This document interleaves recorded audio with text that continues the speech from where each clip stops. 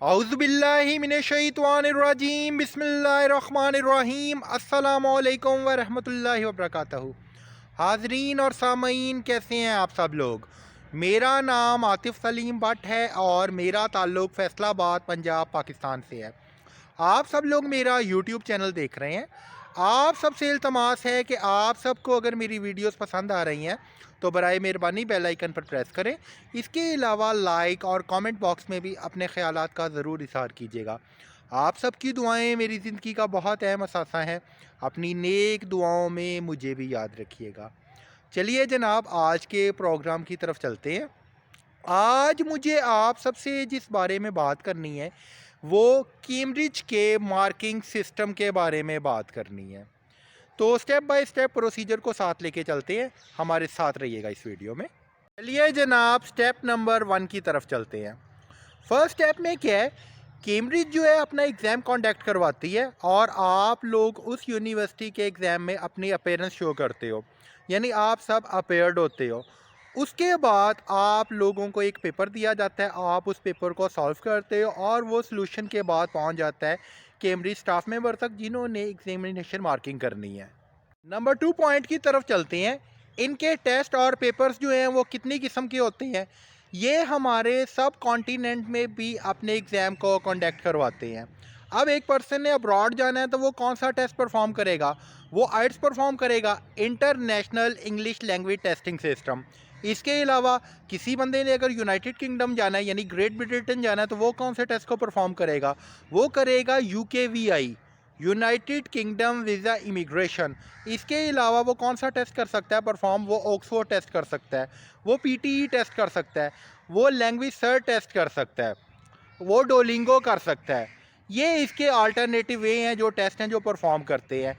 इसके अलावा जो लोग ऑर्डनरी लेवल जिसे O लेवल कहते हैं वो परफॉर्म करते हैं और A लेवल जो है जिसे एडवांस लेवल कहा जाता है उसके टेस्ट कंडक्ट करवाते हैं ये लोग।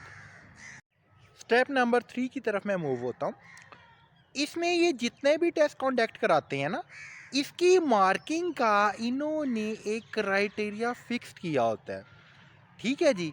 वो क्राइटेरिया क्या है, वो क्राइटेरिया ये है कि अगर एक पर्सन 4 मिस्टेक्स करता है तो आपने उसका 1 मार्क या 1 बैंड जो है वो आपने डिडक्ट करना है।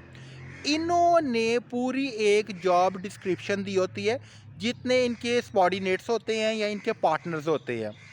अब यहाँ पे हमारी जो सोसाइटी है सब कॉन्टिनेंट की, यहाँ पे अलमिया क्या है कि सारे लोगों ने वो चार्टर्ड को पढ़ा नहीं होता।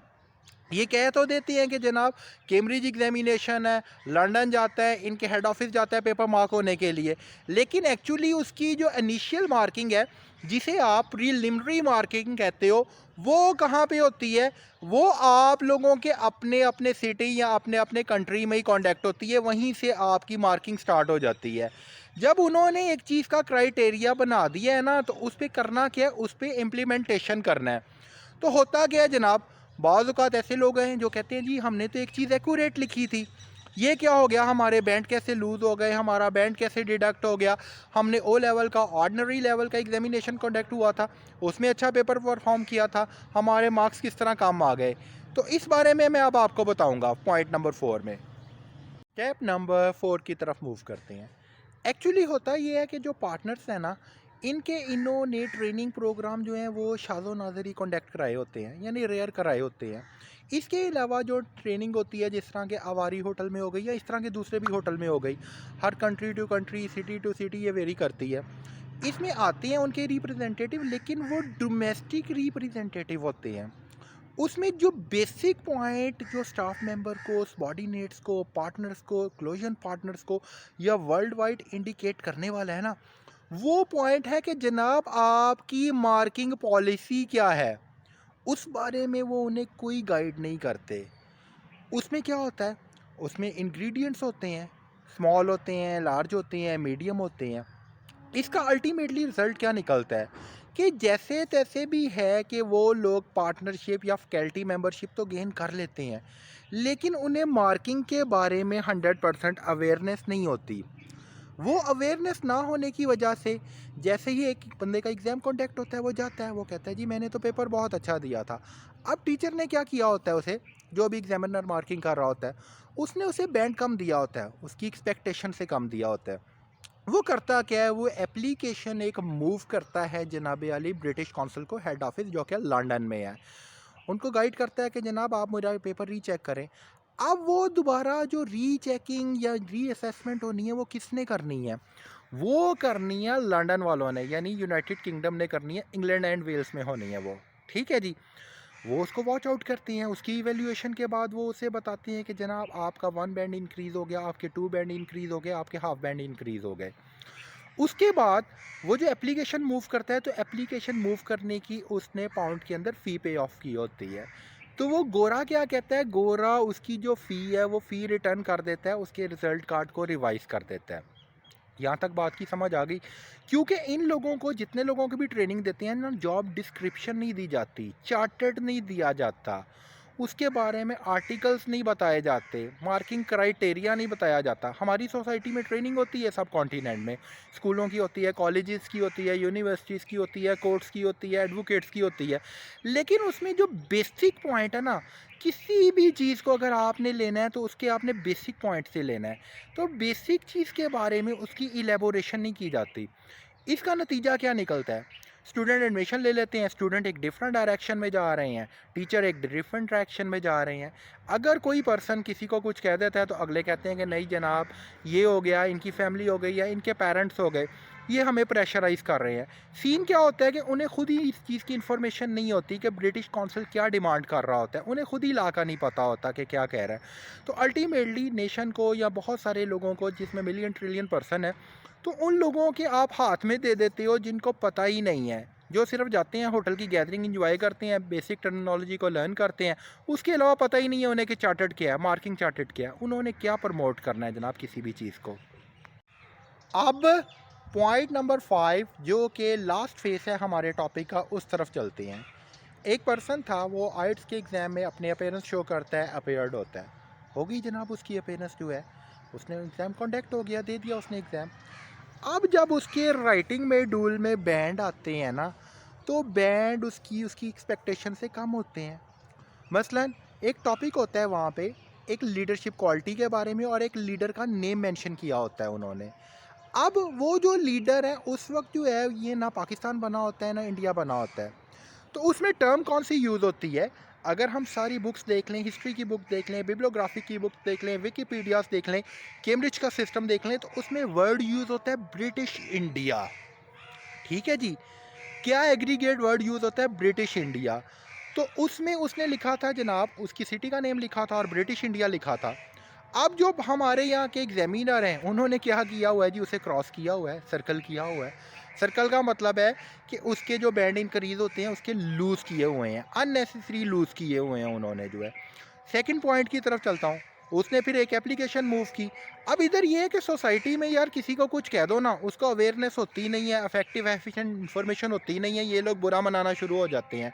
ये हमारे डायरेक्टर्स का भी अलमिया है, क्योंकि यार हम लोग ब्रॉड माइंडेड लोग नहीं हैं। हम लोगों ने टैग तो लगा लिया यार, टैग लगाने का ये मकसद नहीं है। टैग लगाने का मकसद है कि हम लोगों ने 100% उसके ऊपर इम्प्लीमेंटेशन करनी है। मार्किंग में खामी है, ब्रिटिश काउंसिल खुद नहीं कहती कि यार खामी है तो रिवाइज़ करो उसके रिजल्ट कार्ड को, एक्सेप्टेड करती है उसको, उसकी फ़ी जो है वो उसको रिफ़ंड होती है। ये चलते ही नहीं इन चीज़ों के ऊपर, अमल दरामद ही नहीं करते, इम्प्लीमेंटेशन नहीं करते, इम्प्लीकेशंस को नहीं साथ लेके चलते जो है। तो अब रूल वाइज उसकी जो मिस्टेक उसने इंडिकेट की है एग्जामिनर ने, मैं उस कंट्री का नेम नहीं शेयर करूँगा, तो वो उसने रॉन्ग की हुई है। उसने फिर एप्लीकेशन मूव की, मूव करने के बाद उसने अपने मार्क्स इंक्रीज़ करवाए, तो उसकी फ़ी उन्होंने रिफ़ंड कर दी और उसे नया रिवाइज रिजल्ट कार्ड जो है उसकी इशुएंस की है। अब यहाँ पे ये है, कई लोग स्टोरी सुनानी स्टार्ट कर देते हैं, कई लोग कुक एंड बुल स्टोरीज़ की तरफ चले जाते हैं, कई लोग ये कहना शुरू कर देते हैं कि जी हमने डिलिबरेटली ये किया जी ताकि फ़ाइनल एग्ज़ाम। ये स्टोरीज़ हैं सारी, ठीक है।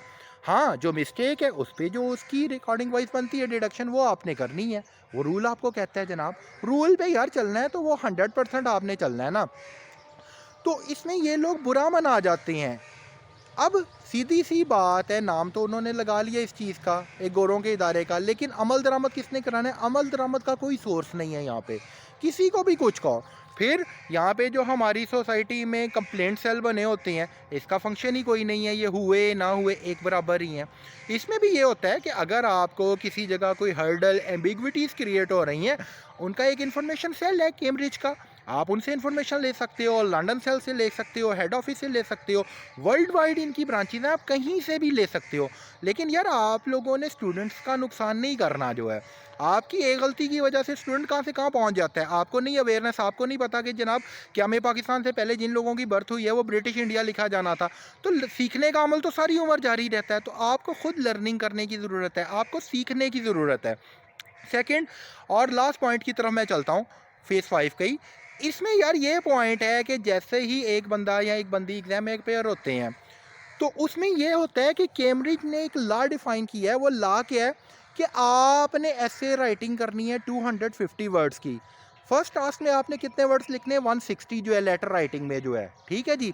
यानी उसने राइटिंग के दोनों टास्क के बारे में आपको बता दिया है। एक में 250 अल्फाज लिखने हैं, टास्क 2 में जिसके 6 पेंड है, एक में 160 वर्ड्स लिखने हैं।